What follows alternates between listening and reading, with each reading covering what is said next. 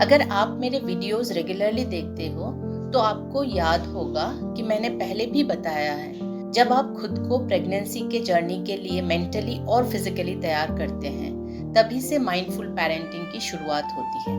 Studies से पता चला है कि माँ के गर्भ में पल रहा बच्चा माँ की आवाज और आसपास की आवाजें भी सुन सकता है। तो बस हमेशा इस बात का ध्यान रखें और शांत और खुश रहें।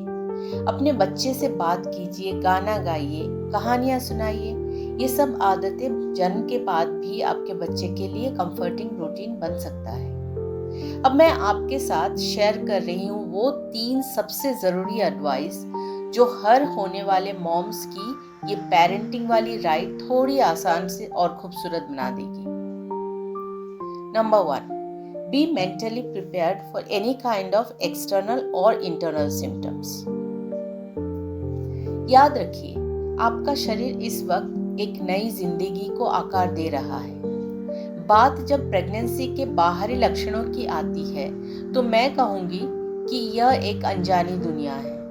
इसमें बहुत तरह के शारीरिक बदलाव होते हैं जो हर महिला के लिए अलग हो सकते हैं और प्रेगनेंसी के हर स्टेज में भी अलग अलग दिखाई दे सकते हैं। कुछ थियरीज कहती है प्रेगनेंसी के सिम्टम्स प्रेग्नेंट महिला के माँ के सिम्टम्स से मिलते जुलते हैं और कुछ मानते हैं कि ये एकदम नए और अलग भी हो सकते हैं। अगर सिम्टम्स की बात करें तो मेरी दोनों प्रेगनेंसी में मुझे नौजिया की काफी परेशानी हुई। मुझे किसी भी तरह की स्मेल बर्दाश्त नहीं होती थी, चाहे वो रोज के खाने की खुशबू हो, परफ्यूम हो या फिर मेरी सबसे पसंदीदा डिश की महक।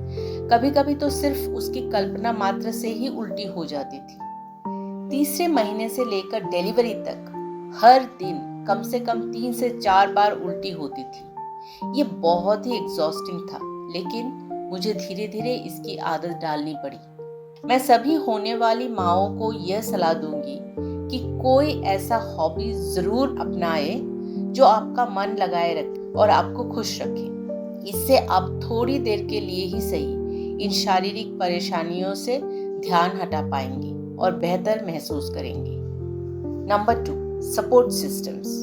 अगर आप पहली बार माँ बनने जा रही है तो प्रेगनेंसी को लेकर बहुत सारी चिंताएं होना बिल्कुल नेचुरल है, और अगर पहले से एक बच्चा है तो उसकी ज़रूरतों को पूरा करना अपने आप में एक बड़ा काम होता है।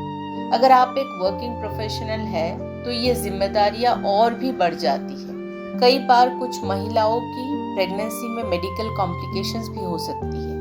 ऐसे में इस समय को बेहतर ढंग से पार करने के लिए एक अच्छा सपोर्ट सिस्टम होना बहुत ही जरूरी है। मैं खुद इस दौर से गुजरी हूँ और उस समय मेरी सबसे बड़ी ताकत मेरी माँ थी। आपके लिए ये आपके हस्बैंड, पेरेंट्स, इन-लॉज या कोई भी ऐसा व्यक्ति जिस पर आप उस समय भरोसा कर सके हो सकते हैं, ताकि रोजमर्रा की छोटी बड़ी बातों से आप बेवजह तनाव में ना आए। इस समय सबसे जरूरी है कि आप शांत रहें और अपने बच्चे से इमोशनली जुड़ी रहें, क्योंकि याद रखिए, आपका बच्चा आपकी इमोशंस को महसूस करता है। मेरी पहली प्रेगनेंसी के टाइम मैं ऑफिस के बाद जितना हो सके अपने मनपसंद गाने सुनती थी या पढ़ा करती थी। दूसरी प्रेगनेंसी में मैं अपनी बड़ी बेटी को कहानियां सुनाती थी और हम सब मिलकर एक दूसरे से दिन भर की बातें शेयर करते थे। ये एक छोटा सा पारिवारिक रिवाज बन गया था जिसे हम आज तक एंजॉय करते हैं। Point number 3, keep moving. अगर डॉक्टर ने कोई रेस्ट्रिक्शंस न दिया हो तो चलते फिरते रहिए, लाइट वॉक कीजिए, योगा कीजिए, जो भी आपके लिए आरामदायक हो। प्रेगनेंसी के दौरान हार्मोनल चेंजेस बहुत होते हैं और कई बार शरीर इन एक्टिविटीज में साथ नहीं देता। It's okay to slow down sometimes. इस पूरे सफर में होने वाले मदर एंड फादर दोनों का बराबर साथ होना बहुत ही जरूरी है।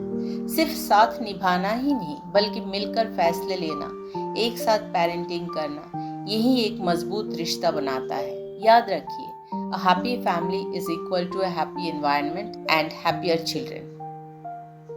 अगर आपने मेरे पहले के वीडियो नहीं देखे हैं तो जरूर देखिए, ये आपको इस सफर के लिए बेहतर रूप से तैयार करेंगे। ऐसी और भी टिप्स के लिए मेरे चैनल को ज़रूर सब्सक्राइब करें ताकि आप कोई भी वीडियो मिस ना करें।